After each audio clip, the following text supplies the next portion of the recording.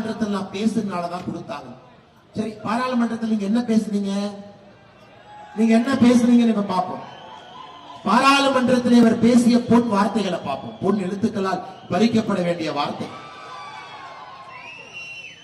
வடக்கில் இருக்கக்கூடிய மாநிலங்கள் எல்லாம் மாட்டினுடைய மூத்திரங்களை குடிக்கக்கூடிய மாநிலமா இவர் பாராளுமன்றத்தில் பேசுறார். மாட்டு மூத்திர மாநிலங்கள்னு பேசுறார். அது ஒரு எம்பி எந்திரிச்சு கேட்கிறாரு, என்ன உங்க பையனே உத்தராகண்ட்ல இன்டர்நேஷனல் ஸ்கூல்ல படிக்க வச்சிட்டு இருக்கிறாரு. உங்க எம்பியினுடைய பையன் உத்தராகண்ட் மாநிலத்திலே இன்டர்நேஷனல் ஸ்கூல்ல படிக்கிறார். பட் நாமெல்லாம் கவர்மெண்ட் ஸ்கூல்ல படிக்கணும் வச்சுக்கோங்க, அது தனியா விடுங்க. அப்ப உத்தராகண்டும் மாட்டு மூத்திரம் குடிக்கக்கூடிய ஊரான். அடுத்த நாள் சத்தமே இல்லாம வரார். நான் பேசியது தவறு, என்னை மன்னிச்சுங்க, இனிமேல பாராளுமன்றத்தில் இந்த மாதிரி பேச மாட்டேன் அப்படிங்கிறது இவர் செய்த முதல் சாதனை. இரண்டாவது என்ன சொல்றாருன்னா, வடக்கிலே சிவபெருமானுக்கும் பார்வதி அம்மையாருக்கும் பிள்ளையார் தான் குழந்தைங்கிறீங்க, முருகபெருமான் இல்லைங்கிறீங்க. அப்ப சிவபெருமானும் பார்வதியும் குடும்ப கட்டுப்பாடு ஆபரேஷன் பண்ணிட்டாங்களான்னு கேட்கிறாங்க. இந்த மாதிரி மனிதர்களை பார்த்திருக்கிறீங்களா? இத மைக்கில் பேசுவதற்கு நானே வெட்கி தலை குனிகிறேன். இவர் பாராளுமன்றத்தில் என்ன பேசணும்? அண்ணே, தருமபுரியோட உற்பத்தி திறன் 1.7% இருக்கு. ஒரு 4 லட்சம் பேருக்கு 5 வருஷத்துல வேலை வாய்ப்பு உருவாக்கி கொடுக்கணும். தொழிற்சாலைகள் வேண்டும், தொழிற்சாலைகள் வேண்டும், தொழிற்சாலைகள் வேண்டும்னு பேசுற மனுஷன் காவிரி கூட்டு குடிநீர் திட்டத்துக்கு வருவாங்க ஐயா. இதை வச்சு இங்க இருக்கக்கூடிய திராவிட முன்னேற்ற கழகம் பல ஆண்டுகளா டிராமா பண்றாங்க. இன்னைக்கு முதலமைச்சர் அவர்கள் சொல்லியிருக்கிறாங்க, நாங்க phase 2 ஒகேனக்கல் கூட்டு குடிநீர் திட்டத்தை கொண்டு வர போகின்றோம், அதற்காக 4500 கோடி ரூபாய் செலவு பண்ணுவோம். phase 1 திட்டத்தை வெற்றிகரமாக செயல்படுத்தி காட்டி இருக்கின்றோம் எல்லாம் பெருமை பேசுகிறாங்க திமுக காரங்க.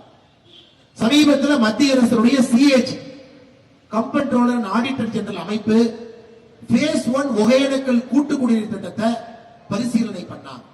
செலவு பண்ண காசுக்கும் மக்களுக்கு கிடைக்கக்கூடிய பயனுக்கும் சம்பந்தம் இருக்கான்னு CAG ஒரு அறிக்கை வெளியிட்டார். 1334 கோடியிலே தொடங்கப்பட்ட திட்டம் 1928 கோடியில முடிச்சாங்க. அதை CAG அறிக்கை சொல்லுகிறது, தவறான திட்டமிடுதல், தவறான செயல்படுத்துதல் காரணமாக எந்த இலக்கை அடைவதற்காக ஒகேனக்கல் கூட்டு குடிநீர் திட்டத்தை ஆரம்பித்தார்களோ அந்த இலக்கை அடையவில்லை என்று CAG அறிக்கை சொல்றாங்க. உதாரணத்துக்கு உலக சுகாதார மையம் சொல்றாங்க, தர்மபுரியில 1 லிட்டர் தண்ணியில 1 மில்லி கிராமுக்கு கீழே புளூரைடு இருக்கணும். ஒகேனக்கல் கூட்டு குடிநீர் திட்டம் கொண்டு வந்ததே இங்கே புளூரைடு இருக்கக்கூடாது என்பதற்காக. இன்னைக்கு இந்த திட்டம் செயல்படுத்திய பிறகும் கூட 1 லிட்டர் தண்ணி எடுத்தீங்கன்னா 1.5 மில்லி கிராம் தண்ணியை குடிக்கூடாதுங்கம்மா. உலக சுகாதார மையத்தை பொறுத்தவரை 1.5 மில்லி கிராம் புளூரைடு இருக்கக்கூடிய தண்ணியை குடிக்க கூடாது.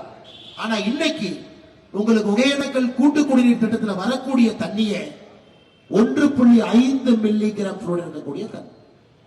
இதனால்தான் CAG அறிக்கை சொல்றாங்க, திட்டமிடுதல் சரியில்லை. இன்னைக்கு ஒகேனக்கல் கூட்டு குடிநீர் திட்டம் செயல்படுத்திய பிறகு திட்ட அறிக்கை என்ன சொல்லுதுன்னா, ஒரு மனிதருக்கு தர்மபுரியில 40 லிட்டர் குடிக்கிற தண்ணி கிடைக்கும். இன்னைக்கு சராசரியா 24 லிட்டர் தண்ணி கிடைக்கும். 14 லிட்டர் தண்ணி குறைவா கிடைக்கும். முதல் திட்டத்தையே சிறப்பா செய்யல, முதல் திட்டத்தையே உருப்படியா செய்யல, முதல் திட்டத்திலேயே இலக்கு அடையல. இன்னைக்கு ஒகேனக்கல் கூட்டு குடிநீர் திட்டம் 2வது திட்டத்திற்கு 4500 கோடி ரூபாய் ஒதுக்கி இருக்காங்க. 5 வருஷம் கழிச்சு யாராச்சும் மைக்கில் என்னை மாதிரி வந்து பேசினா இதை விட அதிகமா பேசுவாங்க. வெறும் டிராமா. கூட்டு குடிநீர் திட்டத்தை கொண்டு வர்றோம், கூட்டு குடிநீர் திட்டத்தை கொண்டு வருவோம் என்று வெறும் டிராமா செய்து எந்த வேலையும் செய்யாம வண்டி ஓட்டிட்டு இருக்காங்க. தாய் காவேரி தமிழ்நாட்டுக்குள்ள வரணும்னா உங்க ஊருக்குள்ள வந்துதாங்க தமிழ்நாட்டுக்கு வரணும். ஒகேனக்கலை தொட்டுதான் வரணும். நீங்க என்ன கேக்குறீங்க?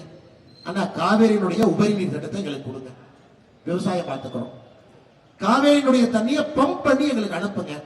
1 லட்சம் ஏக்கர் தர்மபுரியிலே பாசன வசதி நடக்கும். இது உங்க MP எப்பாச்சும் பேசியிருக்காருங்களா? குடிநீர் திட்டத்தை பத்தி பாராளுமன்றத்தில் பேசியிருக்காரா? அல்லது விவசாயிகளுக்கு நலனை அதிகப்படுத்துவதற்கு பாசன வசதியை மேம்படுத்துவதற்கு பேசியிருக்காங்களா? கிடையாது ஐயா. அதனால்தான் நான் திரும்ப திரும்ப சொல்றேன் ஐயா, வளர்ச்சி அரசியல் மட்டும்தான் நம்ம கையில் எடுக்க வேண்டுமோ தவிர எந்த அரசியலையும் பாரதிய ஜனதா கட்சியோ மோடி ஐயாவோ கையில் எடுக்க போறது கிடையாது.